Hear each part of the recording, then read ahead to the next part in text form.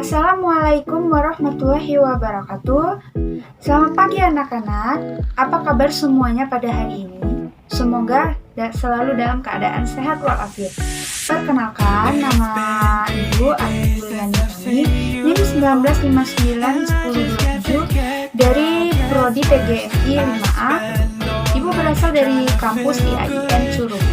Baiklah, pada pertemuan kali ini kita akan belajar mengenai pembelajaran IPS yang berjudul yaitu karakteristik, ruang, dan pemanfaatan sumber daya alam untuk kesejahteraan masyarakat. Jadi sebelum masuk ke materi, di sini anak-anak harus semangat untuk pelajaran pada hari ini. Materi yang pertama yang akan kita bahas yaitu kenampakan dan bentang alam Indonesia. Jadi Indonesia itu merupakan negara kepulauan. Siapa yang tahu ada berapa pulau di Indonesia? Jadi Indonesia memiliki pulau sebanyak 13.446 pulau. Jadi dari 13.446 pulau itu ada pulau besar dan pulau kecil.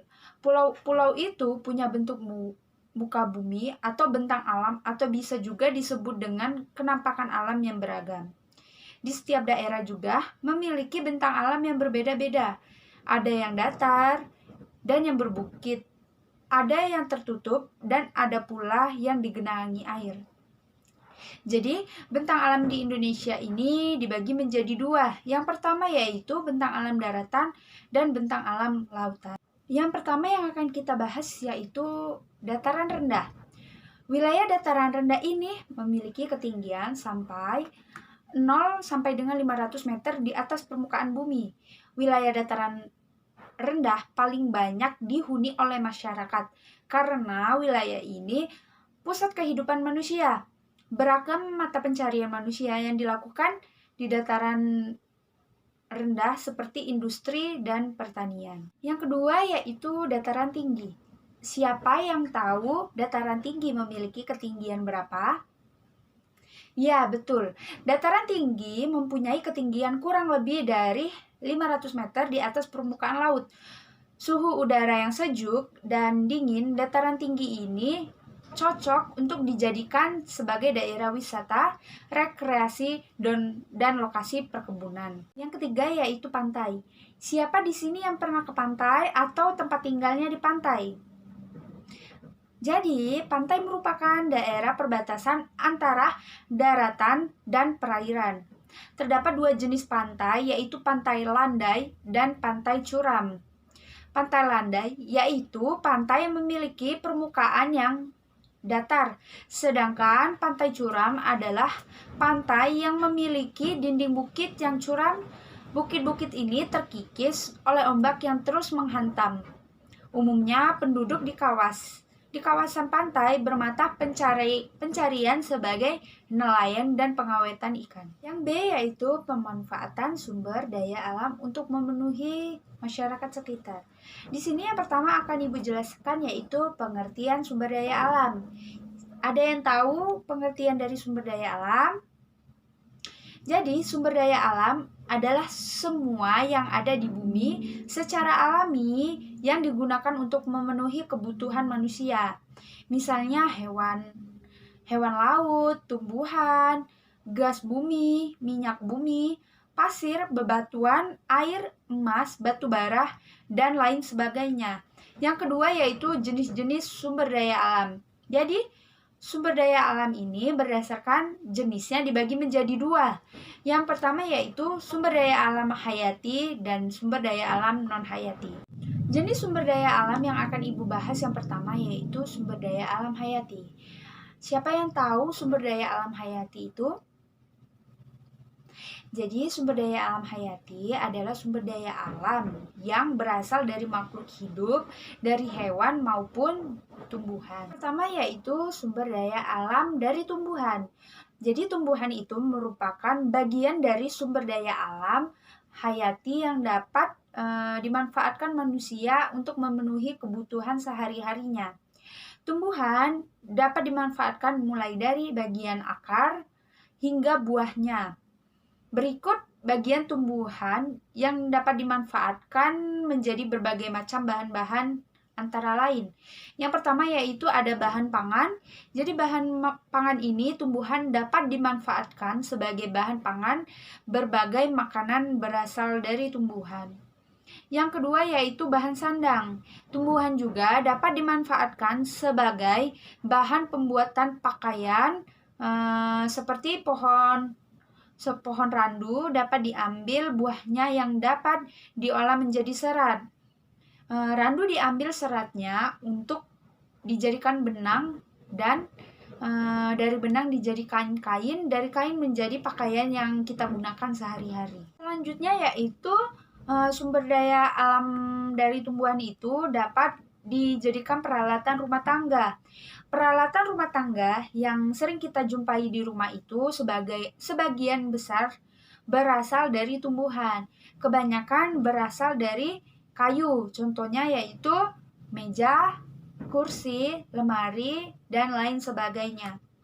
Selanjutnya yaitu sumber daya alam tumbuhan dapat dimanfaatkan sebagai produk kesehatan dan perawatan tubuh. Jadi sumber daya alam hayati juga dapat dimanfaatkan sebagai produk kesehatan, contohnya jamu. Masyarakat sudah tidak asing dengan jamu karena jamu itu merupakan obat herbal yang berkhasiat sebagai menyembuhkan berbagai penyakit secara alami. Bahan yang dapat digunakan sebagai jamu ini adalah kunyit, jahe, kencur, temulawak, kumis kucing, dan lain sebagainya. Kedua yaitu sumber daya alam dari hewan. Jadi semua bagian dari hewan dapat dimanfaatkan manusia untuk memenuhi kebutuhannya. Mulai dari sandang dan pangan, bahkan produk kecantikan pun banyak memanfaatkan bagian dari hewan yang dijadikan sebagai bahan dasar pembuatan produk kecantikan. Jadi berikut adalah Ibu akan menjelaskan manfaat sumber daya alam dari hewan. Pertama yaitu bahan pangan. Jadi hewan ini dapat dimanfaatkan manusia sebagai lauk pauk untuk dimakan sehari-hari. Yang kedua yaitu bahan sandang. Jadi bagian kulit hewan yang dapat dijadikan sebagai sandang yang bermutu tinggi adalah wool, berasal dari bulu domba. Kain sutra berasal dari kepompong ulat sutra, dan kulit hewan juga dapat digunakan sebagai peralatan rumah tangga seperti tas, jaket, pelapis kursi sofa, jok mobil, dan sepatu. Yang kedua yaitu produk kesehatan. Hewan dapat dimanfaatkan sebagai produk kesehatan bagi manusia. Contohnya yaitu lebah. Lebah itu dapat menghasilkan madu. Yang kedua yaitu burung walet, air liurnya dapat dimanfaatkan untuk menambah stamina dan menghaluskan kulit. Dan yang terakhir yaitu susu kambing dimanfaatkan untuk kesehatan pencernaan. Tadi kan Ibu telah membahas mengenai sumber daya alam hayati. Jadi selanjutnya di sini Ibu akan membahas yang kedua yaitu sumber daya alam non hayati. Tadi kan kalian sudah tahu sumber daya alam hayati itu berasal dari tumbuh-tumbuhan dan hewan. Di sini Ibu akan bertanya, di sumber daya alam non hayati ini siapa yang tahu berasal dari mana? Ya betul. Jadi sumber daya non hayati ini berasal dari benda mati atau benda tak hidup seperti tanah, batuan, dan bahan tambang. Jadi sumber daya alam non hayati ini umumnya dimanfaatkan sebagai bahan bangunan dan bahan kebutuhan rumah tangga. Yang pertama yaitu dimanfaatkan sebagai bahan bangunan. Jadi bahan bangunan yang digunakan untuk membangun rumah berasal dari tanah liat, pasir, semen, dan besi. Yang kedua yaitu peralatan rumah tangga. Jadi benda yang berada di dapur kebanyakan berasal dari aluminium yang terbuat dari logam aluminium. Contohnya yaitu penggorengan, panci, dan lain sebagainya. Materi selanjutnya yang C yaitu manfaat sumber daya alam. Jadi tahukah kalian apa saja sih pemanfaatan sumber daya alam bagi kehidupan? Jadi kekayaan sumber daya alam ini dapat dimanfaatkan untuk menunjang dan mempermudah kegiatan manusia dalam rangka memenuhi kebutuhan hidupnya. Manfaat kekayaan bagi masyarakat dapat dirasakan langsung, misalnya yaitu melalui pertanian dan perkebunan. Sayur-sayuran, buah-buahan, padi merupakan contoh dari beberapa hasil kekayaan alam yang dapat dimanfaatkan secara langsung. Jadi ada juga kekayaan alam yang dimanfaatkan secara tidak langsung. Artinya kekayaan alam ini harus diolah terlebih dahulu agar dapat dimanfaatkan untuk kepentingan masyarakat. Misalnya, minyak bumi yang harus diolah terlebih dahulu menjadi minyak tanah, solar, bensin, maupun aspal yang agar bisa dimanfaatkan oleh masyarakat. Materi selanjutnya yang akan Ibu sampaikan yang D, yaitu pelestarian sumber daya alam.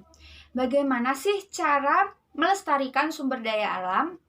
Jadi mari kita pelajari lebih lanjut. Yang pertama yaitu pelestarian tanah.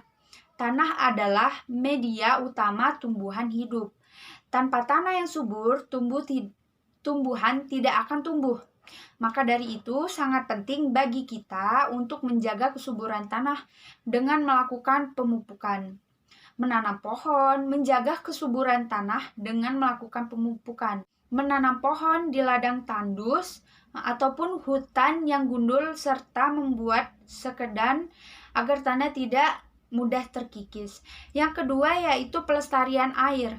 Jadi cara pelestarian air ini dengan menggunakan air secara hemat, tidak mencemari sungai maupun laut, membuat peresapan air di tiap pemukiman warga, serta pengolahan limbah industri. Jadi air ini juga berasal dari hutan, maka dengan menanami hutan yang gundul juga akan menjadi pelestarian air. Yang ketiga yaitu pelestarian hutan. Dengan memelihara hutan, kita sudah menjaga pelestarian hutan. Misalnya melakukan tebang pilih pada pohon yang sudah rapuh atau tua, melakukan reboisasi dan menanam kembali hutan yang gundul, tidak melakukan pembakaran hutan dan mencegah adanya penebangan liar atau ilegal logging. Keempat yaitu pelestarian bahan tambang. Jadi bahan tambang ini merupakan sumber daya alam yang tidak dapat diperbarui. Maka dari itu kita sebaiknya melakukan penggunaan barang tambang dengan menggunakan barang tambang sehemat mungkin, mendaur ulang atau memanfaatkan barang tambang yang sudah tidak terpakai dan menggunakan barang pengganti. Yang kelima yaitu pelestarian hewan air. Hewan air dan air bersih menjadi satu kesatuan yang tidak dapat dipisahkan.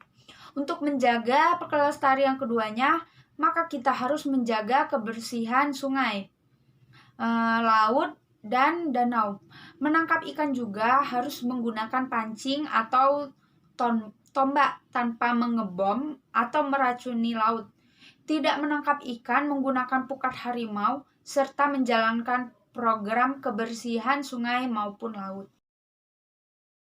Itulah materi dari Ibu yang dapat Ibu jelaskan mengenai karakteristik ruang dan pemanfaatan sumber daya alam untuk kesejahteraan masyarakat.